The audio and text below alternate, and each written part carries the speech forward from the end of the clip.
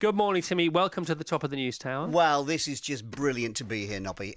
Absolutely loving this, and it's great to share this occasion with you. Right, so let me ask you this first of all. Was teaching me how to do this for a living and then coming down to London and launching a legendary kids' TV show and then becoming a professional painter and then riding the El Camino Trail, the pilgrimage, was that always the plan?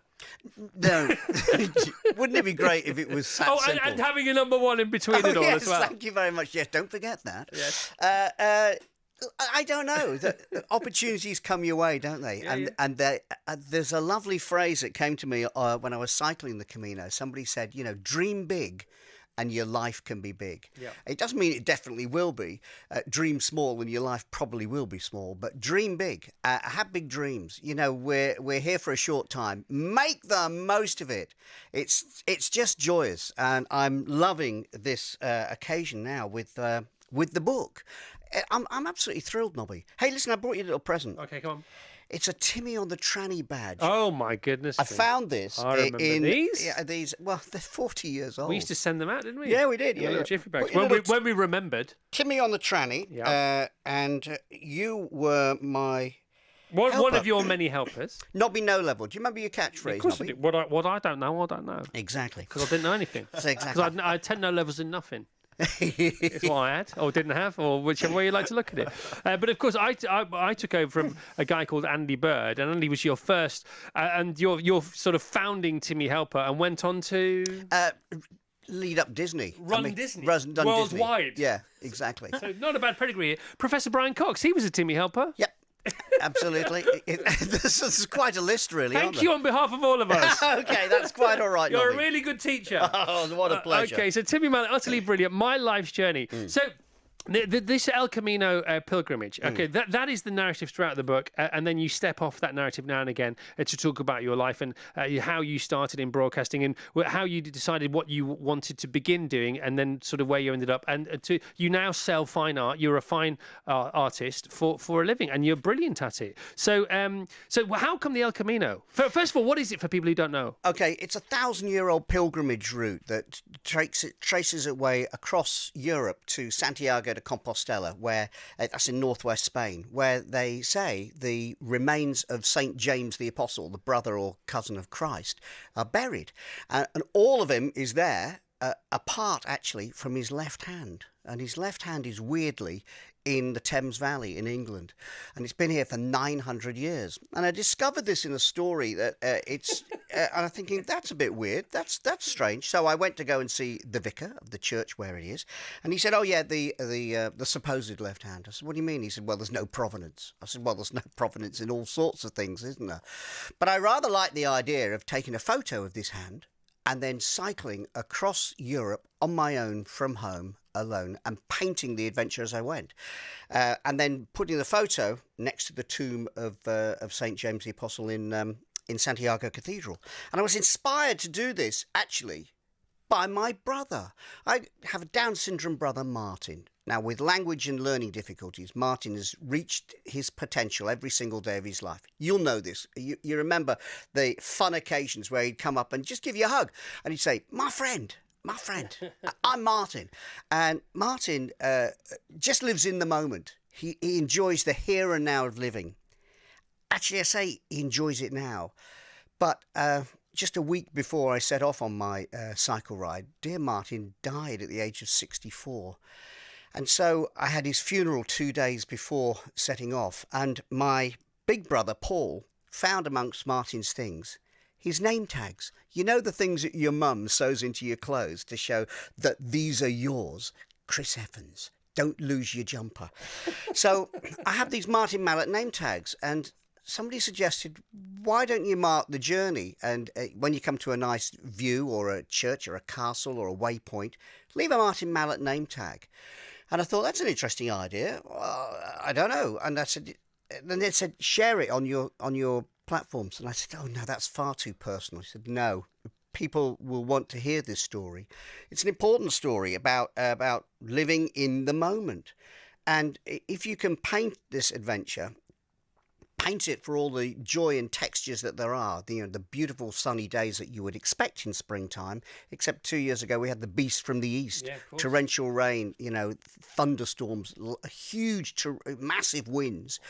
And so cycling, let alone painting in those conditions, was a real challenge.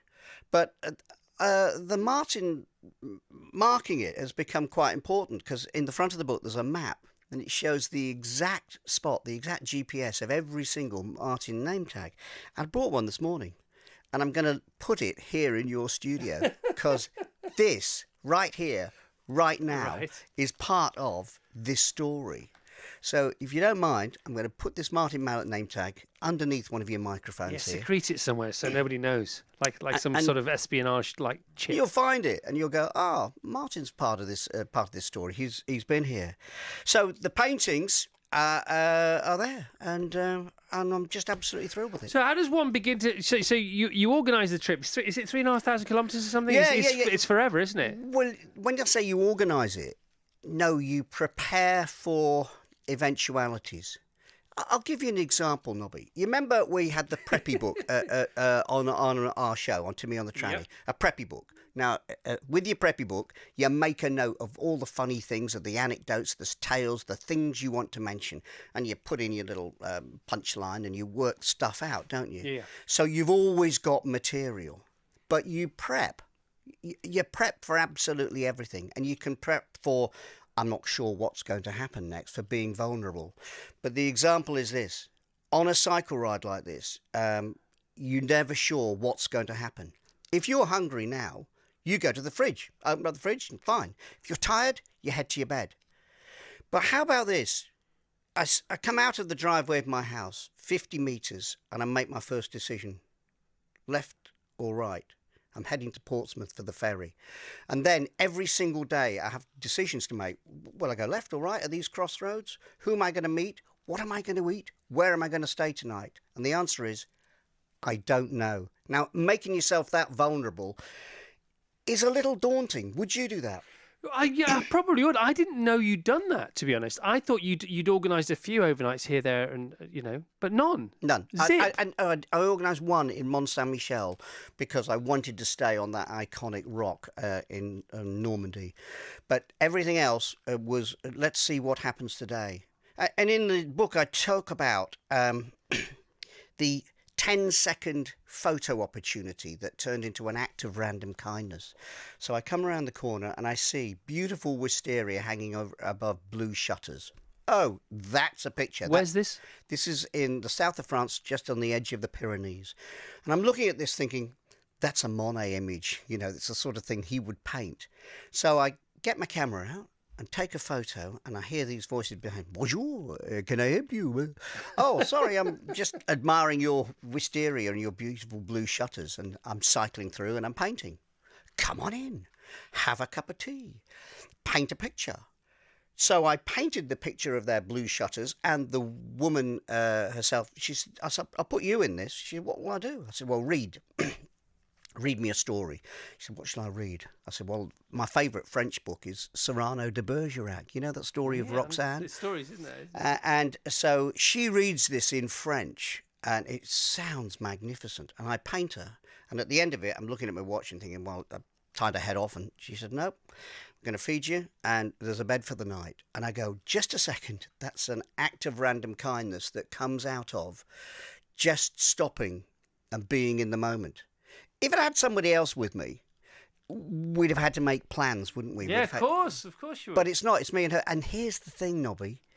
Monelle is coming to London today for my book launch. Oh, wow. She's flying in from the foothills of the Pyrenees just for this. I'm absolutely gobsmacked and touched beyond all. I think, oh my goodness me, that meeting of somebody and that resonance is joyous. Timmy, lots of people texting in already. We haven't asked for any text, but they're texting in anyhow, which is always lovely. Please don't let Timmy leave. This is fascinating. Such great memories of radio growing up, hearing his voice again.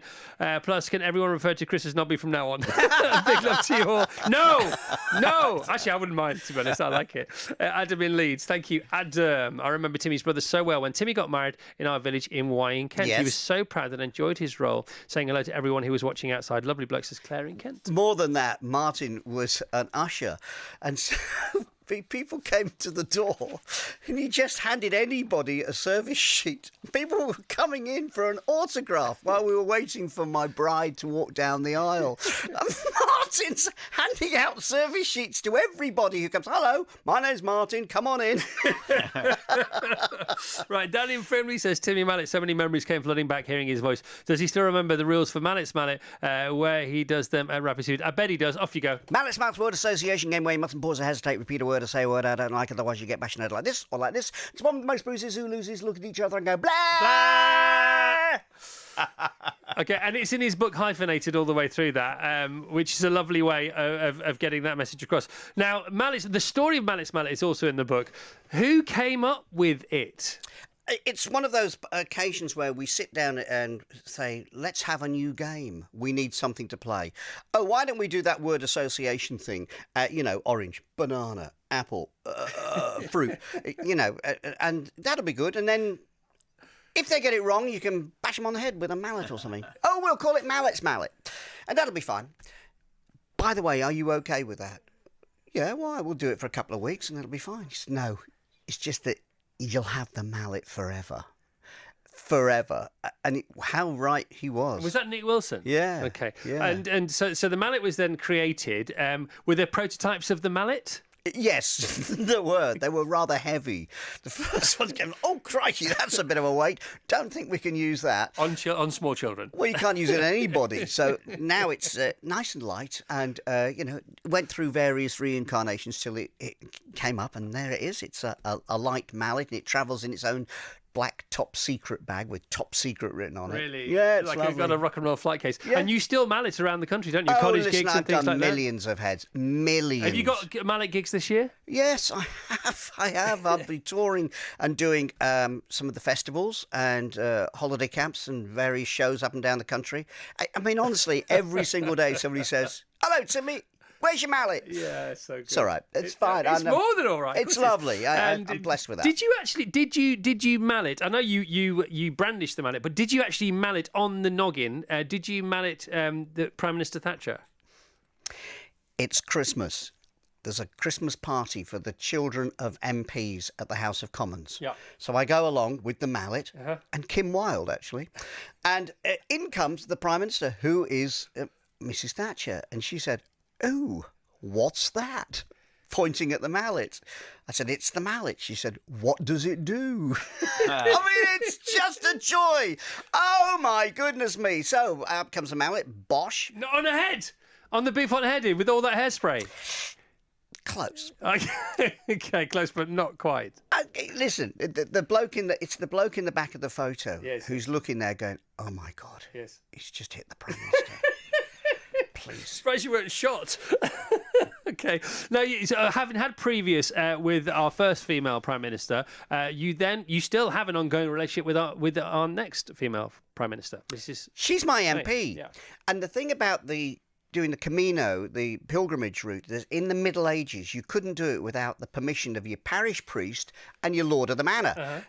Parish priest, just make sure you're up to date with your stuff, and then the lord of the manor, have you done your will? Are your family okay with this? Have you paid your bills? Yeah. So I wrote to my MP, thinking I'd just get a letter back, good luck. Because I wrote to Prince William and I got a letter back from him. Good luck to me, you nuts. I hope it goes well. And then from President Macron of France, and then the Archbishop of York, and the Bishop of Oxford and Winchester. And then my MP said... And they all replied? Oh, yes, absolutely. President Macron? Yeah. Wow. Yeah.